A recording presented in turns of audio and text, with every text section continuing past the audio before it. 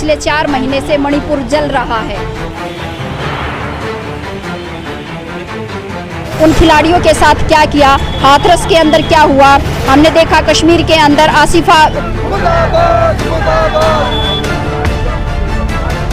इस प्रधानमंत्री से ना इस गृह मंत्री से कोई उम्मीद नहीं की जा सकती न्याय की। और पूरी तौर पर महिला विरोधी, मजदूर विरोधी, किसान विरोधी साबित हो चुका है। तो इनका एक इतिहास है, यही है इतिहास की ये बलात्कारियों के पीछे खड़े रहते हैं। ये हालात तो ऐसे है कि पूरे देश की जनता को सड़कों पर निकल जाना चाहिए। इनका अमृतकाल यही है कि वो जो है बलात्कारियों को संरक्षण दो। CI2 की नेता सुरेखा हमारे साथ है, एक बार उनसे जानना चाहेंगे। मणिपुर की घटना हुई है पूरे देश में और पूरे विश्व के अंदर, उस घटना की जितनी भर्त्सना की जाए लोग कर रहे हैं, तो आप कैसे देखते हो आज पुतला जलाया? देखिए, पुतला जलाया है, ये कल तो एक वीडियो आया है, स्तब्ध करने वाला वीडियो है और मतलब बहुत ही घिनौना। हम उस घटना की जितनी ज़्यादा निंदा कर सकते हैं वो कम है। उसको शब्दों में बयान कर पाना भी, उसका जो हमारा रोष है उसके प्रति या जो गुस्सा है उसको शब्दों में व्यक्त कर पाना संभव नहीं है। हम इतने गुस्से में हैं। लेकिन ये घटना आज की नहीं है। हम सब जानते हैं कि पिछले 4 महीने से मणिपुर जल रहा है और 4 महीने से एक आश्चर्यजनक चुप्पी नरेंद्र मोदी साधे हुए हैं। न केवल वो साधे हुए हैं, उनका गोदी मीडिया भी इस पे बिल्कुल चुप है और देश के एक राज्य में आग लगी हुई है। वहाँ के कितने ज़्यादा लोग जो हैं वो बेघर हो गए हैं, कितने लोग वहाँ उस घटना में मारे गए हैं, कितनी महिलाओं के साथ वहाँ पे बलात्कार हुए हैं और हम ये कह सकते हैं कि वहाँ राहत कैंपों में रह रहे हैं, लोगों के पास घर नहीं है आज के दिन। और गृह मंत्री एक बार वहाँ पे जाते हैं बिना किसी आश्वासन के, वहाँ से वापस आ जाते हैं और उसके बाद उनकी भी एक भयानक चुप्पी इस सारे मसले पे है। तो हम एक तरीके से ये कह सकते हैं कि ये तमाम रूप से वो एक कानून व्यवस्था का फेल्योर है। न केवल कानून व्यवस्था का फेल्योर है, हम कह रहे हैं कि ये जो बीजेपी ने हमारे देश की एकता और अखंडता के साथ हमारे देश की जो शांति है उसके खिलाफ खिलवाड़ किया है, जानबूझ के नफरत फैलाने का और हिंसा फैलाने का। सुरेखा, सवाल ये है कि जब भी दंगे होते हैं या युद्ध होता है तो महिलाओं को टारगेट किया जाता है, उनको यौनिक उनके साथ दुराचार हिंसा करना एक स्पेशल टारगेट होता है। जिन पार्टी की सरकार आज सत्ता में है, बिल्किस बानो का हत्यारों को छोड़ा, बिल्किस बानो के रेप जिन्होंने किया उनको छोड़ा, उसके परिवार के लोग मारे उनको छोड़ा, और वो आज कह रहे हैं प्रधानमंत्री की मैं न्याय होना चाहिए, दोषियों पे कार्रवाई होनी चाहिए। क्या आपको लगता है कि प्रधानमंत्री मोदी को न्याय की बात कर पाएंगे और उसको शोभा देता है न्याय की बात करना? कैसे कहेंगे न्याय की बात?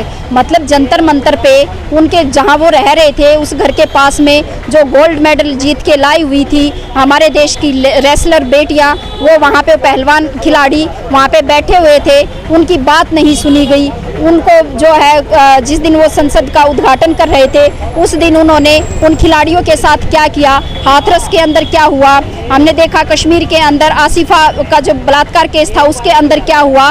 तो इनका एक इतिहास है, यही है इतिहास की ये बलात्कारियों के पीछे खड़े रहते हैं, उनको समर्थन देते हैं। तो किसी भी रूप में ना इस प्रधानमंत्री से ना इस गृह मंत्री से कोई उम्मीद नहीं की जा सकती न्याय की और इनको शोभा नहीं देता। कल भी ये जो बोल रहे हैं कि जो मणिपुर में हुआ, हत्यारे जो बलात्कारी है या अपराधी जो कहीं पर भी रहते हो, कहीं पर भी क्या रहते हो, मणिपुर में घटना हुई है, उसके अपराधी मणिपुर के अंदर हैं, उन पे केस दर्ज होना चाहिए, वो जेल के अंदर जाने चाहिए। ये काम करने की बजाय वो जो है कुछ बोल रहे थे।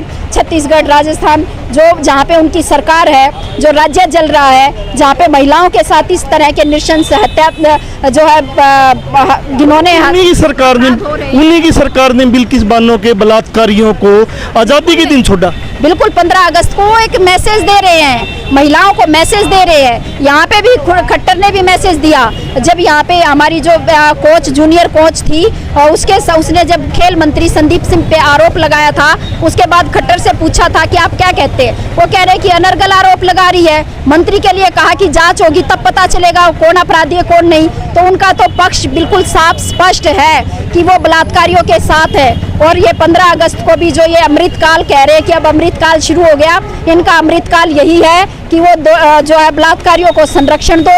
इनकी एक मानसिकता है इनकी बदला लेने की, अपराध की, कि जो है उसके लिए महिलाओं को, उसकी यौनिकता को हथियार बनाओ, एक हथियार के तौर पे ये इस्तेमाल करते हैं इस बात को। लेकिन देश इस बात को किसी भी तरीके से माफ़ नहीं करेगा। हमारे अंदर गहरा गुस्सा है और उसी का आज ये प्रकटीकरण हुआ जो हमने आज पुतला जलाया है। तो ऑल इंडिया किसान सभा सतबीर है, एक बार उनसे भी मैं जानना चाहूँगा कि जिस प्रकार से एक तरफ बिल्किस बानो के बलात्कारियों को छोड़ा गया और अब प्रधानमंत्री मोदी घड़ियाली आंसू मारे, उसको कैसे देखते हैं? ये तो आप किसी मामले में देख लो, वो कितने बाबे, कितने इनके ये ब्रजभूषण वाला मसला लो, ये तो बीजेपी तो पूरे तौर पे इस देश के सामने एक्सपोज हो चुकी है, नंगी हो चुकी है कि ये जो पार्टी है, ये पार्टी पूरी तौर पर महिला विरोधी, मजदूर विरोधी, किसान विरोधी साबित हो चुका है। अब जिस तरह का सीन देखा जा रहा है देश में, ऐसी घटना शायद आपने कभी देखी नहीं। और प्रधानमंत्री, पूरी सरकार जो बिल्कुल चुप है और बोल रही है तो भी बड़े गोलमाल तरीके से घुमा के बोल रही है।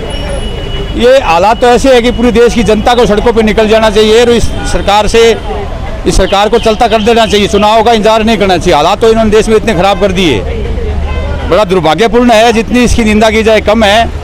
और आज हमने ये प्रोटेस्ट किया है और 25 तारीख को भी हम जो है पूरे देश में ये जो प्रकरण हुआ है मणिपुर का, इसके खिलाफ पूरे देश भर में जिला सदर के ऊपर 25 तारीख को विरोध कार्रवाई करेंगे।